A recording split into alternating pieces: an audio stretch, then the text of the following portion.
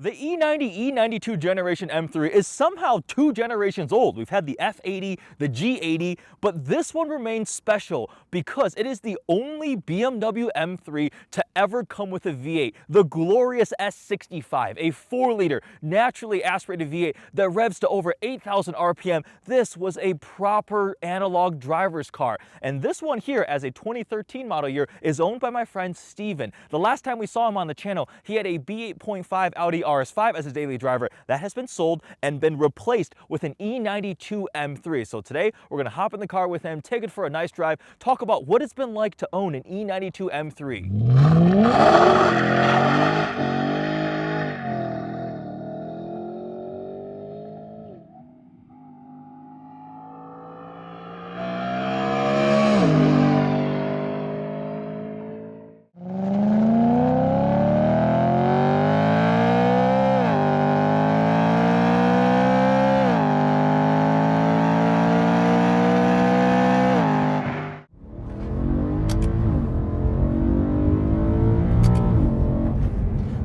In the car with Steven. Last time we did one of these together, it was in your other daily driver, which has now been sold, the RS5. That's right. B8.5 RS5. That was last year, I want to say? That was last year. And shortly after the video, right, you sold it.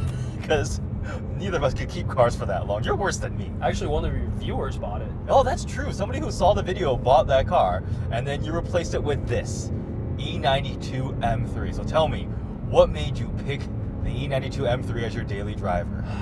I've had a friend that nagged at me for about 3 years, ever since I've known him out of college, and he's been a huge proponent of the E92 M3.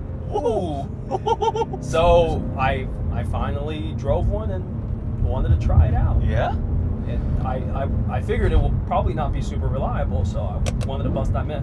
This one here is a final model year 2013. So it's an LCI car. It is. And how many miles? We had 61,000 miles. Yep. Has it had any issues? Because you already mentioned a reliability thing. We know rod bearings is a common one for all. Yeah. I've had minor issues. So when I bought it, it didn't have rod bearings. It didn't have the motor mount. It needed rod bearing, motor mount, a couple of other items. The car was leaking a little bit. Okay. It was the usual suspects in terms of leaks. So we got that all taken care of.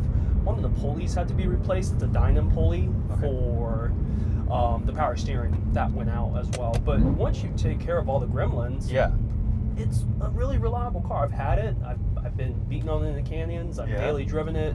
It's been great. No issues. So you mentioned Dinan. We need to talk about that because this is no ordinary E92 M3.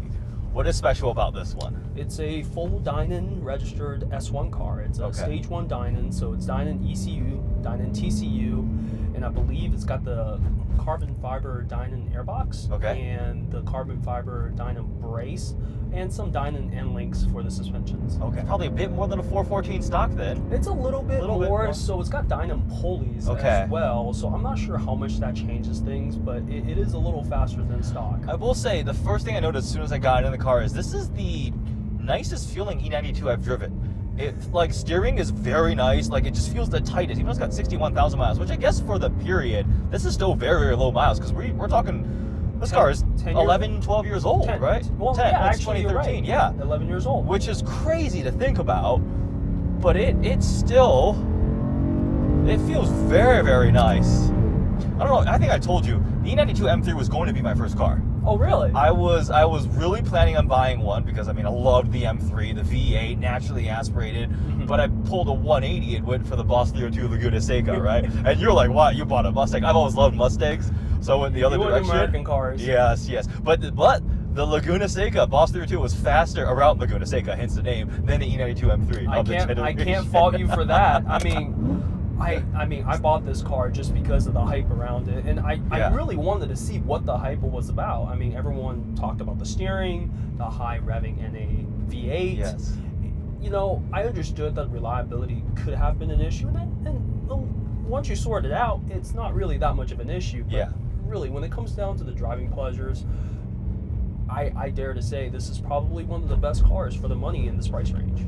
So you like it a lot already? I do. I love it a lot. I don't keep cars, and this is one of the cars that I potentially might keep long term. Oh, that is high praise. It is high praise. So compared to the RS5, how would you say they stack up? Because they're technically similar price Very points different now. cars. Very different personalities. Very different. In terms of the RS5, I actually took the RS5 on this exact road, and RS5 was heavier, better coming out of corners, obviously, because you can pull out of corners with a quattro. Steering was definitely lackluster compared to this, but this is also much less comfortable compared to the RS5. This likes to dance. It is significantly lighter. Rear-wheel drive versus quattro. We're giving a motorcycle in front of us a lot more space, so. But this is my first time out on this road. This is a really nice road. It's nice and tight, nice and short. Yeah, I think it's perfect for this car. It's not too well known. So I will say, when I drove this with my friend, he was in the GR, the new GR Corolla. Okay. And it kept up with this. And actually, I think it was faster. Those things are impressive. I haven't gotten to drive one yet, but I've heard really good things about it. They are very impressive. But I think you buy this not because it's the fastest. You buy this for the enjoyment of driving, for the enjoyment of the hydraulic steering, and the fact that you can rev this out and not be going to jail. Yes, that is true. 414 horsepower stock. Dinan brings it a little bit more, but the torque figure, this thing makes no torque. Nothing. No torque whatsoever. You have to be up in the rev range to really feel like you're going anywhere at all.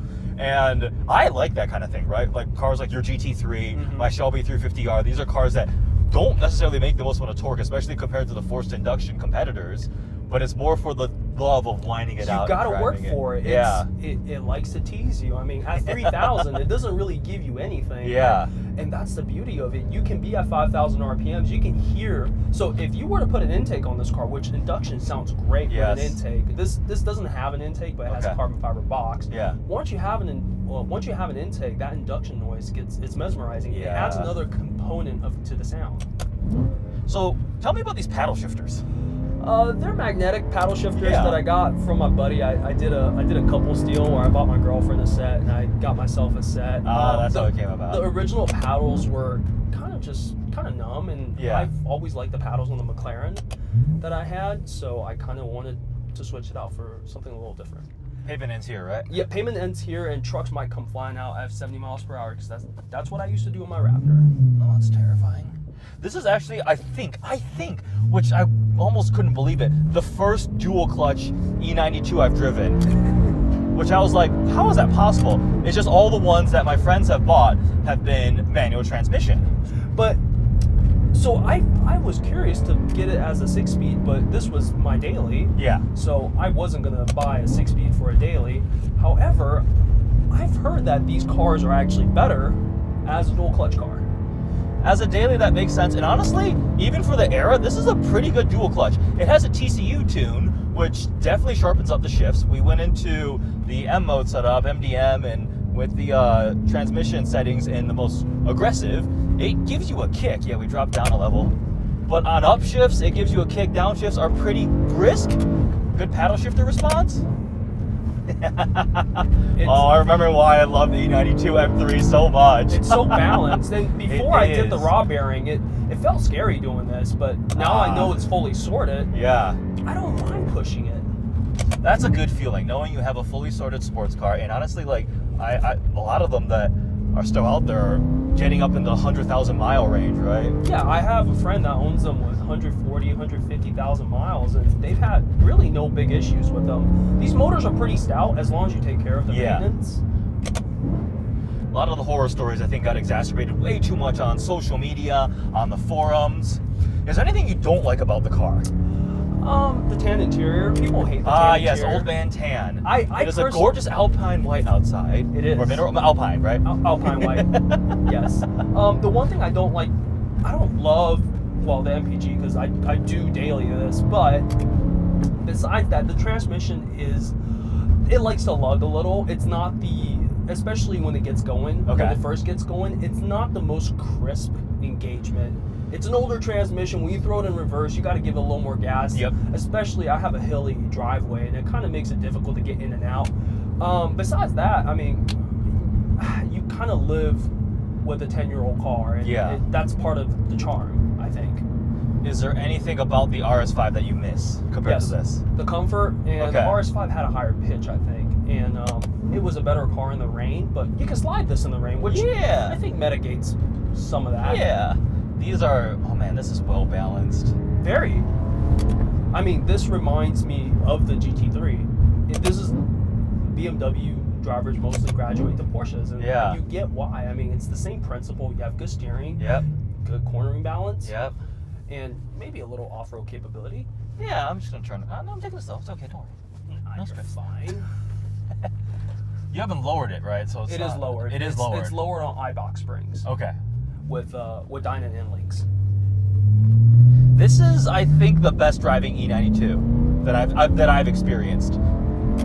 I really like the steering on this. It's great. It feels so direct and, oh man, and nicely weighted. How about compared to the F80? Because your girlfriend Alex has an F80 M3, which she loves. I love the F80. It's much torquier. Yes. It's probably faster around corners, but the steering is much more numb. It's a better car overall, I think. Especially when it comes to the torque, the actual. I mean, that car's focused on lap times more so than the E90 Gen. Than the E9X cars, and it has more tech. I think that's a better daily driver.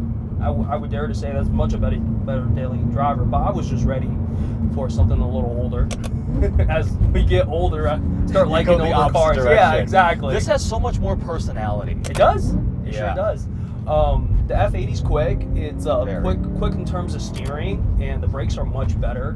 A lot better traction control system. Ooh. I wouldn't supercharge this. You know, a lot of people are boosting these things now. Oh, they're fast. Supercharged. Yeah, but... And I actually drove my buddy's supercharged car not even a week ago, and I really like it.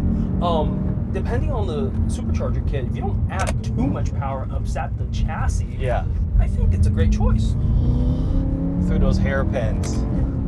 Man. This is a really This is a good canyon car, actually. It is a good canyon because it's not so much power that you're like either terrified, overwhelmed, or can only use 1/4 throttle.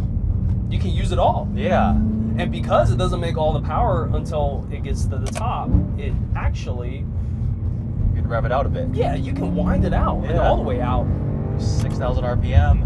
And I love the analog tack that actually has like the analog rev limiter that moves up as the car warms up. And it has the analog lights on the dash for the shift lights. These paddle shifters are also really, really cool. They are. I mean, objectively speaking, they're not really making the car faster or anything. No. But it's part of the whole tactile, the feel. And Porsche with the 992 RS, you know, with the Weissach package, they add magnets to the paddle shifters. Yeah, and it creates the experience. And I think this is definitely more of an experience car than go out and do your lap time kind of car. Yeah. And I've been, on this trip, I've been driving some experience cars, right? I was checking out my buddies, spent the day with a Gen 4 Viper ACR, hardcore, no traction control, just all about the driving experience. This is similarly, right? In a different way. It doesn't make the power of an 8.4 liter V10. Not that I'm comparing them remotely, but this is the driver's car still. This is a fun little road. It's not, I wish it was longer. I do too. That would be very, very fun. That's why I just go up and down. Up and down, up and and down. No one ever comes over here. Yeah, because we're in the middle of nowhere. It doesn't go anywhere. It doesn't.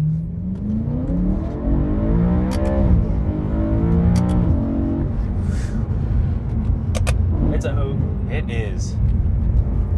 Yeah, I think I would take a very nicely well-sorted E92 over an F80.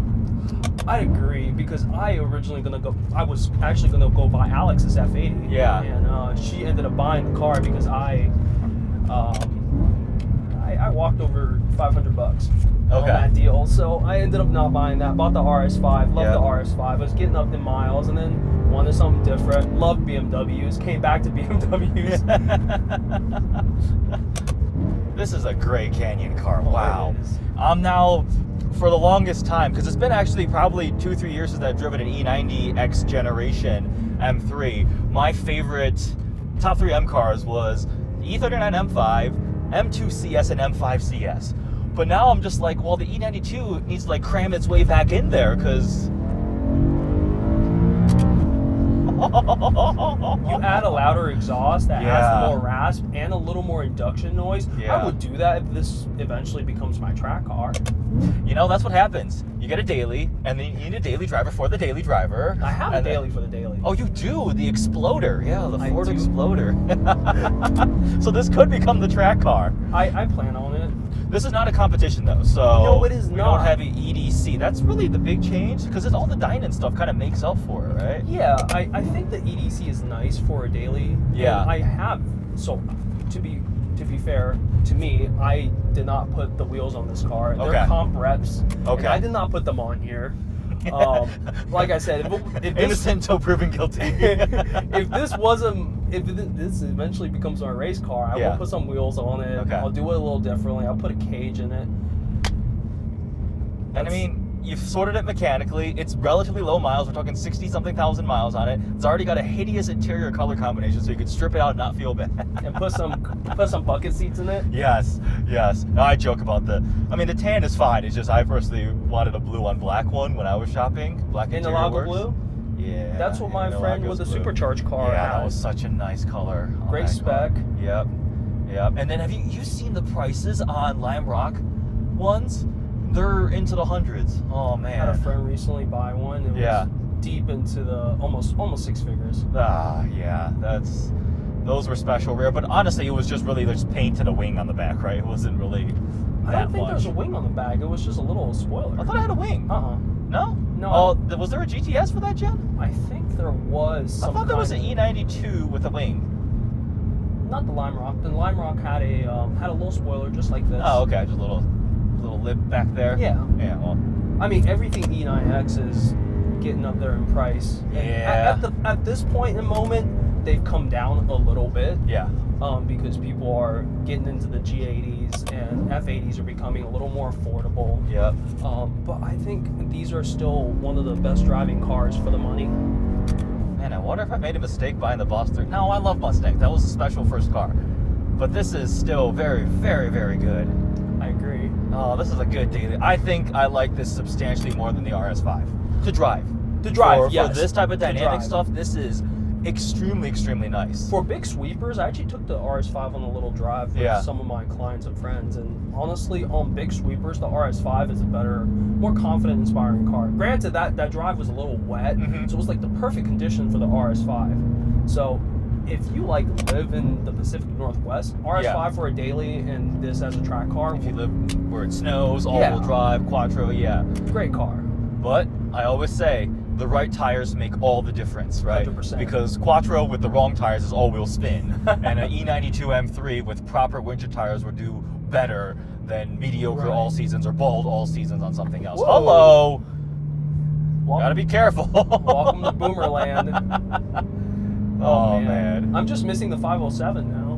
No, you can hit the trifecta of this era. I want to try the 507. I think the 2010 to 2015 cars were the best era of cars ever made. I was actually just talking to Max about like if you had to pick one decade of cars to own overall, what would it be? 2010 to 2013, you've got the 2010 Mercy SVE. That's not a decade. That was 3 years. Well, I only 2010.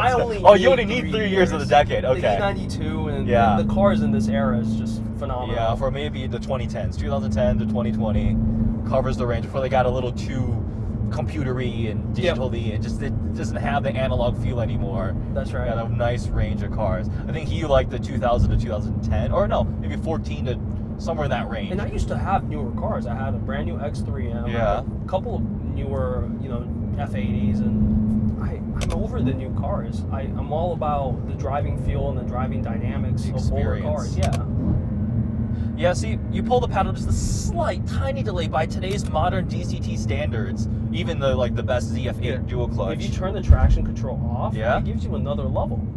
Does it really? Yeah. Oh, it's still a little slow. Yeah. But it's a little snappier. Oh, man, it really kicks. It does. It's almost borderline too much of that TCU tune. Like if you're on a track, you don't want to upset the car. Oh, revving at over 8,000 RPM. You can make a left on Bartlett if you want. Well, let's go that way. All right, E92 M3. What? Some other final thoughts now that this car is 10 plus years old. Interior of this gen, right? It's a dual hump. It's a dual hump. We do have, what do they call it? Not MMI. MMI is Audi. iDrive. iDrive. It does have iDrive. No CarPlay, obviously. But people actually prefer the single hump if you want collector's car. People want the single hump, slick manual top. seats. Yeah. It's interesting how, as time passes, like the way these cars are optioned, how it affects the long-term value. Got this interesting it's carbon like carbon texture fiber trim. weave. Yeah. But it's not carbon. It's actually just cloth. I think that BMW weaves. This interior is in pretty good condition. Your Alcantara wheel is quite. This is not stock, is it? Is it aftermarket? I think it's the CS wheels. Okay. But I'm not sure. It's in very good condition here. Still looks just so good. I love the look good. of this car. I actually take the look of this over an F80. Just a personal opinion. I like the softer lines on the cars. Okay. I think the F80 looks a little more aggressive, especially if it's an M3, right? The way the fenders flare out. I love Alex's car. It looks phenomenal. Yeah, it does look good. This car it's more period appropriate for You got like the power. They got the bump up front, the bulge, the quad exhaust tips out back. It's a very signature M car. Yes, absolutely. You see it and you know absolutely it's an M3. You're not mistaking it for a 335i or anything else. Unlike your Porsche, where it kind of looks like a Carrera 4S with a big wing out back and the base headlights. You know? It could be a C2S with an aero kit. It rides very comfortably too.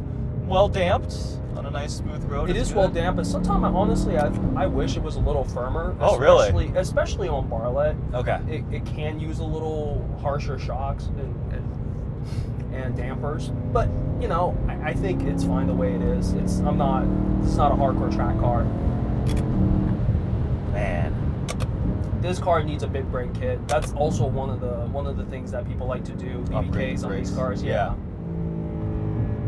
I almost enjoy driving this more than your GT3? Well, it depends, because you can really push it, and you can do some stupid things in this car and hear the noises and not have to worry about going to buck 50.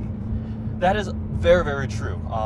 That's something I loved about like manual, naturally aspirated, low torque cars. You can enjoy a couple gears and you're not in jail. If you do this in a 720, top of third gear is... I've done this in the 720. And it's go to prison speed. Yeah, it is going to prison speeds. I did this in the Ducati yesterday. And it's your second gear doing an obscene speed. Yes. I did this yesterday in a Viper ACR and R888s in the rain, so I was doing 25 miles an hour, terrified for my life. You were learning the lines. I was just like, ah! Oh, yeah. E92 M3. Thank you, Steven. This is a good buy. Of course, thank you. You texted me immediately when you bought it. I saw you guys had it in Vegas when I was there doing Spring Mountain, right? Remember? I bought this on the whim because my buddy, I have a lot of friends that love E92s. Yeah. This guy loves looking for deals, and he just sent me this like, hey, this is in Vermont. I think it's a good price. Yeah. The next day. What was the price? How many miles and the price? I bought it with like 58,000 miles. Okay. And the guy actually, the only description in that was 2013 M3, low miles, Dinan. And I was like, all right, cool. Simple and easy, yeah. Yeah, when I flew out there, the gentleman was really nice. Yeah. And this car had practically sat for the past few years because it was trickle charged and it was in his temperature control garage. He travels a lot for work, so he didn't really drive it. Okay. He has like a book of the service and records. everything? Yeah. Wow. No raw bearings though, so I had to take care of some of those stuff. Oh, this is so nice to drive here. It just smooth, linking up these curves. And the steering, I really am liking the steering, man. Sliding this in the rain is a treat. It's so perfectly balanced. Yeah. The F80, you have that torque hit. You don't have that with this. You can just go full throttle. You know exactly how the power is delivered. It's very linear, so it's more predictable. I mean, I get why people will track cars out of this, drift cars out of this. This is a great platform. Yeah, absolutely. Absolutely. The only V8 M3 ever. Ever. That makes it special too. And it's the one that we grew up with. Yeah. This came out in 08, was the first year of the E90 generation. And this is a car I wanted in high school. High school. Yeah. Yeah, that's why it was one of my dream cars. And me being a weirdo, I decided to go get a Mustang instead, which I don't regret. Now that I think about it, I don't regret it. Like, looking back, you never want to regret those decisions. No. It was a cool experience, but... This is a dream car I didn't know I wanted. until people like kept convincing me to get one. Try it out. Yeah, and I really it was a treat when I got it. A great daily for in Arizona, and you can hit the canyons, have fun with it, and then we can go back and hop into 991 GT3, right? 991.2 You lucky GT3. man. 991.2 with base headlights, but if you like to review the bike. No, I don't know how to ride. I'd die. Actually, no, I wouldn't die because I wouldn't make it out of the driveway, so it'd be okay. The safest thing I could possibly ride is a motorcycle because I couldn't get out. Well, I hope you guys enjoyed this fun little chat with Steven, taking the E92 M3, just super informal. Probably how long have we been going for? We're like almost half an hour. Yeah. 25 minutes. Don't worry, this one's not for sale. No. Are you sure? You always say that. Unless you're a friend of mine and you want this, you know. Yeah, glorious, glorious car. Really clean, nice example. Congrats. Thank you. If you have any questions, comment below. If you want to buy this car, make an offer to Steven. It's not for sale. Not for sale. For once. I think this is the first time. The GT3 is also not for sale, and neither is the Oh man, bike. you finally have two cars, because the McLaren lasted like 6 months. I like that car. That car dropped way too much, and I got out. I was probably the last car to fetch the value it did. Yeah, 570S Spider. But the E92 M3 and a 991 GT3, two proper driver's cars in the garage. Two-car solution. Yes, two-car solution. Check out Is a Write-Off on Instagram. We'll plug you. That won't change either. Hope you guys enjoyed this video. Thanks for watching.